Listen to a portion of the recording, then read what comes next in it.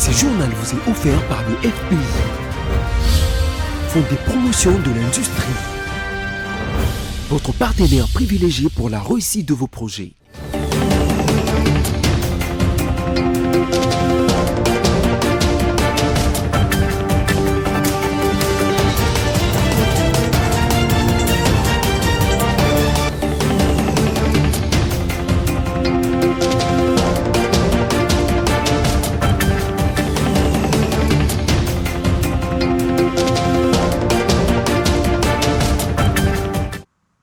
Nouvelle édition du journal sur BSC Télévision. Messieurs, dames, bienvenue. Le sommaire.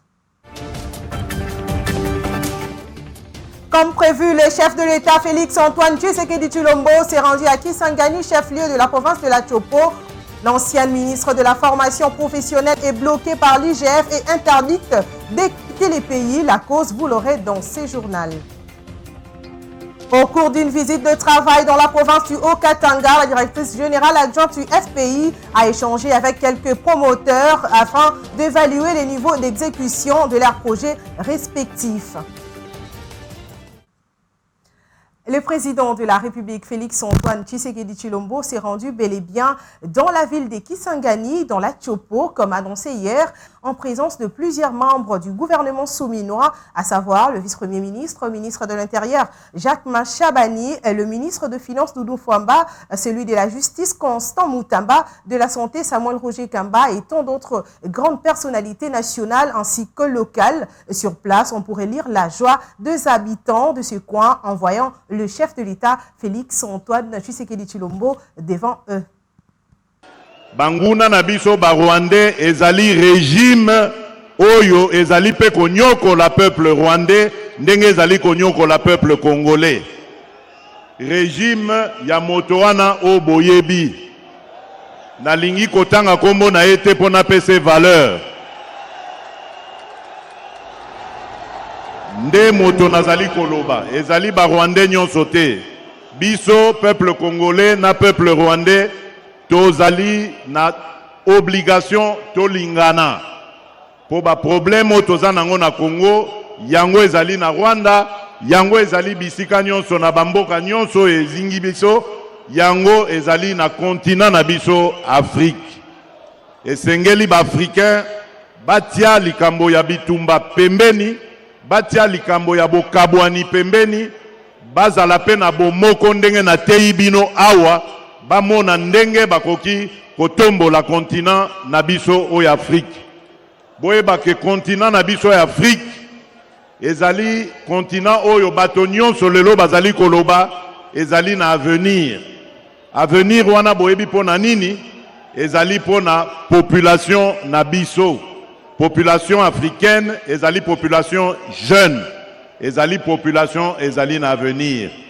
Mais kasi avenir wana esengeli biso ba mikolo biso bakonzi bakambi ya bamboka toyeba ndenge ya ko bongisa avenir yango ko garantir avenir yango po bana Congo bana continent africain bayeba ndenge ya koza na makasi ya ko bunda lobi natondi bino boto.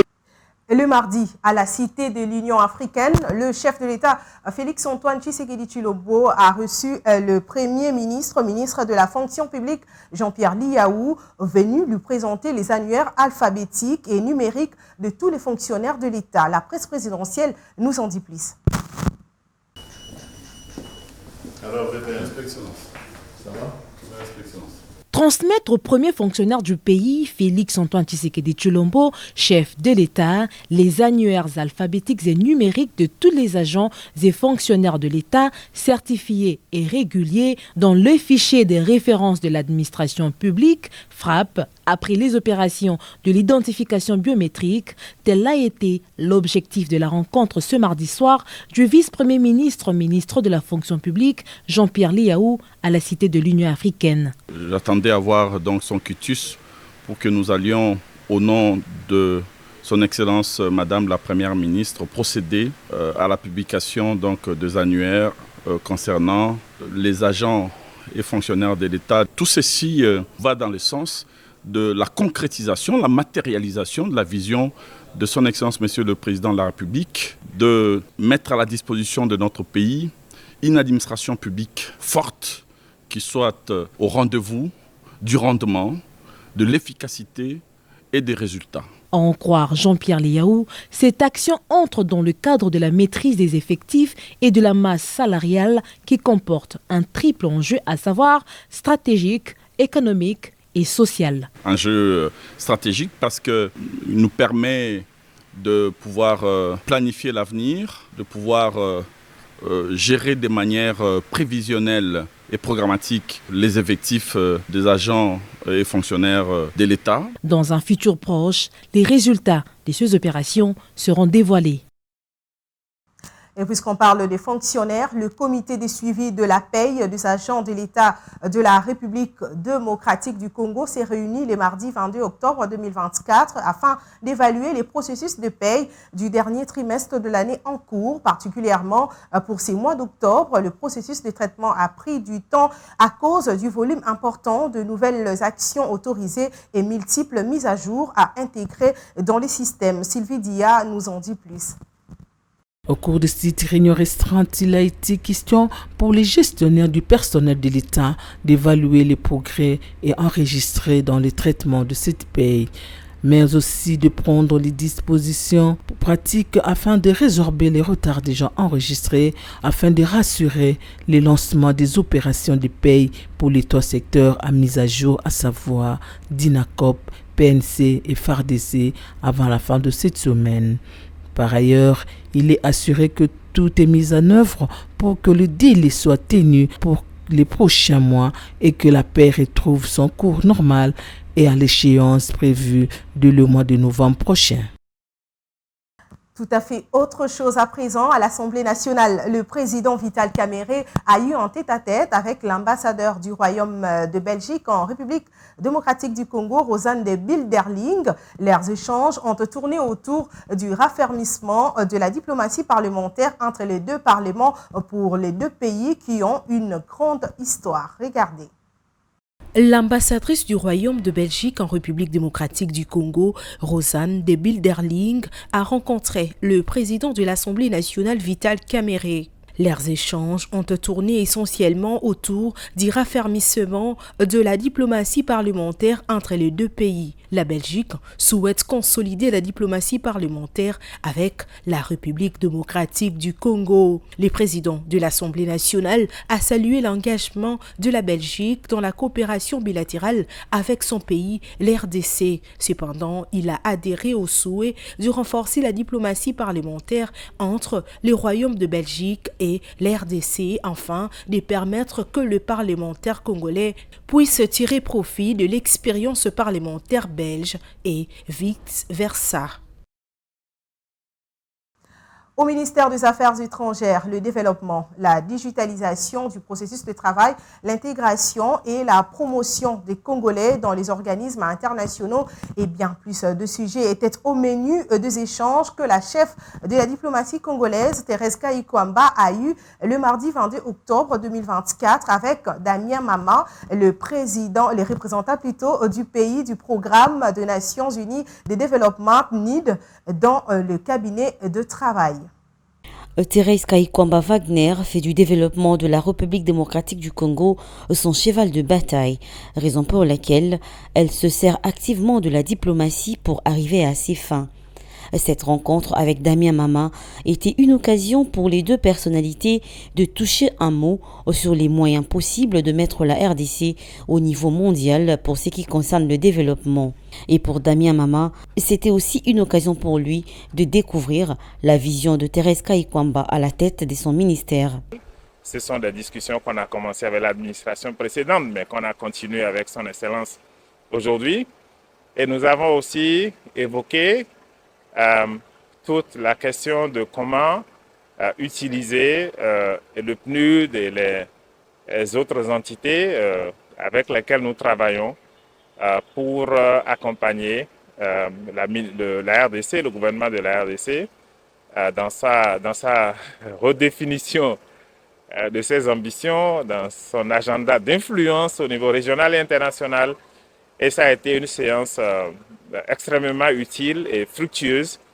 Et je pars d'ici avec beaucoup de satisfaction et j'espère bien que nos équipes vont se mettre ensemble pour rendre tout cet agenda de collaboration beaucoup plus concret dans les semaines et mois à venir. Oui, la RDC servira comme un hub de la diplomatie régionale.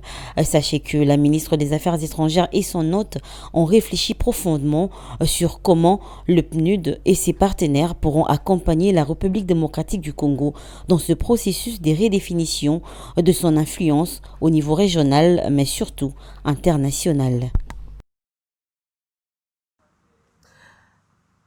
Je le disais en titre, l'ancienne ministre de la formation professionnelle Antoinette Kipoulou est dans les collimentaires de l'IGF. Julia Lingueté a obtenu de la direction générale des migrations DGM l'interdiction de la sortie au pays. Selon l'IGF, elle serait prise dans une affaire de 10 millions de dollars américains détournés, fonds destinés à la construction de centres de formation professionnelle. Sur ces, les passeports d'Antoinette Kipoulou a été confisqué alors qu'elle tentait partir pour la Belgique.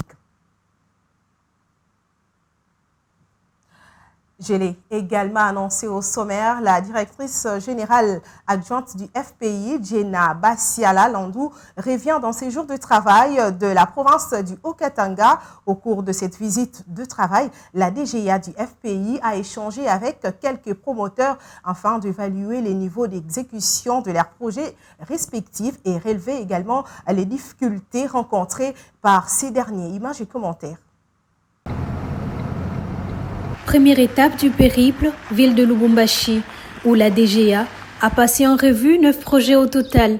Elle a évalué leur niveau d'exécution et a saisi l'occasion pour identifier les difficultés rencontrées par le partenaire du FPI. Parmi les projets inspectés, la société Revin SARL, qui produit de l'eau minérale et des boissons gazeuses. La DGA a été flattée par la modernité de l'usine de cette entreprise.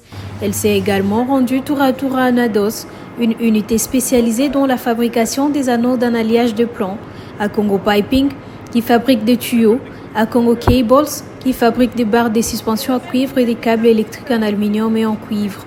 La DGA a poursuivi son marathon du choix à Mining Engineering Services, MES, une société de recyclage des huiles usées, issue de l'exploitation minière, et à Rainbow Katanga, une compagnie de fabrication des détergents. Elle a exprimé sa satisfaction quant au niveau d'exécution de l'ensemble des projets, tout en soulignant l'obligation de rembourser les crédits du FPI dans le respect des échéances. Donc, nous avons eu à financer ce groupe MASC, qui est un groupe composé de plusieurs entreprises. Nous avons financé 6 projets. De 2023 à maintenant, leur taux de réalisation est à 100% et les taux de remboursement est pratiquement à 90% aussi. Donc on est vraiment très fiers parce que ça a créé 15 000 emplois. Ils entrent vraiment dans la vision du chef de l'État, dans l'impact social et dans l'économie, et c'est énorme. 2 projets sont particulièrement sortis du lot lors de la seconde série de visites. Le premier, Bags & Sacks Katanga, spécialisé dans la fabrication des sacs pour l'emballage de minerais, du ciment et des produits agricoles.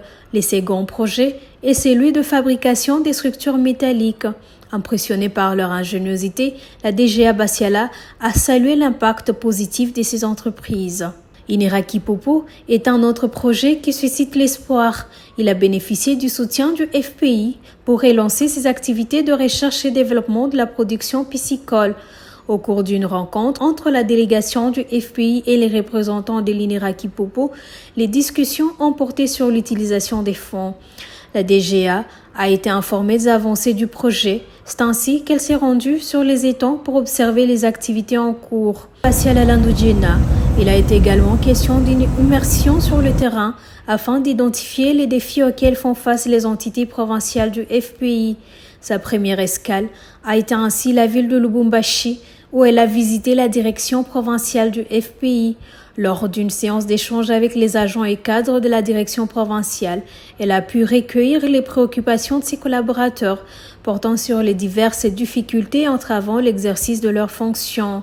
La DGA du FPI a ensuite poursuivi sa mission à plus de 200 km de Lubumbashi, dans les territoires de Sakania, frontalier de la Zambie, avant de se rendre à Mukambo et à l'agence des Kasumbalesa.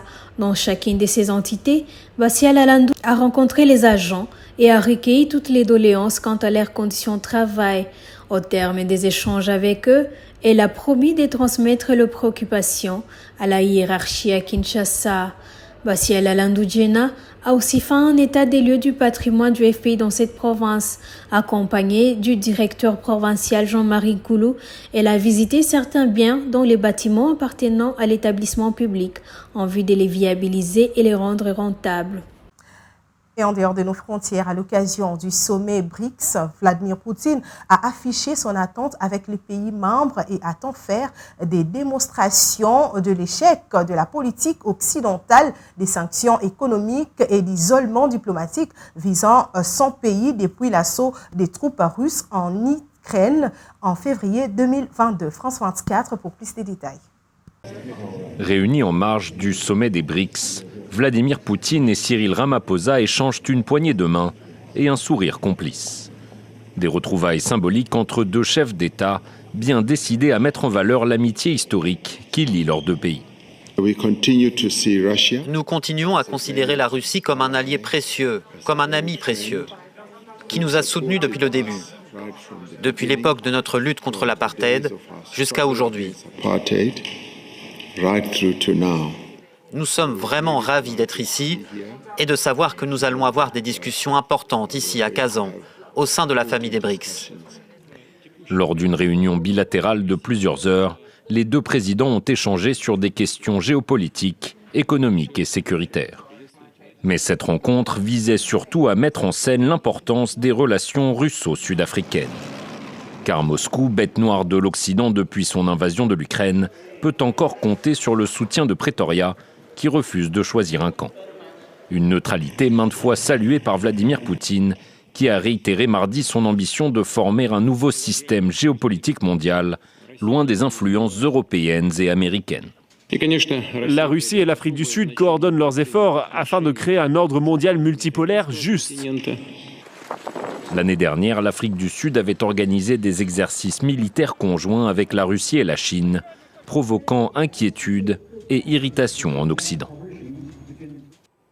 Le rappel des principaux titres à présent. Vous l'avez suivi dans ce journal, le chef de l'État Félix-Antoine Tshisekedi Tshilombo s'est rendu à Kisangani, chef-lieu de la province de la Chopo. L'ancienne ministre de la formation professionnelle est bloquée par l'IGF et interdite de quitter le pays. La cause, vous l'avez eu dans ce journal. Au cours d'une visite de travail dans la province du Haut-Katanga, la directrice générale adjointe du FPI a échangé avec quelques promoteurs afin d'évaluer les niveaux d'exécution de leurs projets respectifs.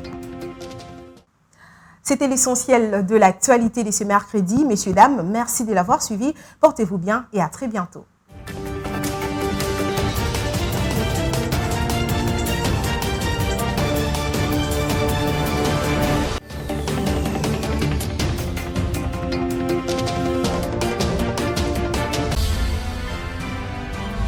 Ce journal vous a été offert par le FPI, Fonds des promotions de l'industrie, votre partenaire privilégié pour la réussite de vos projets.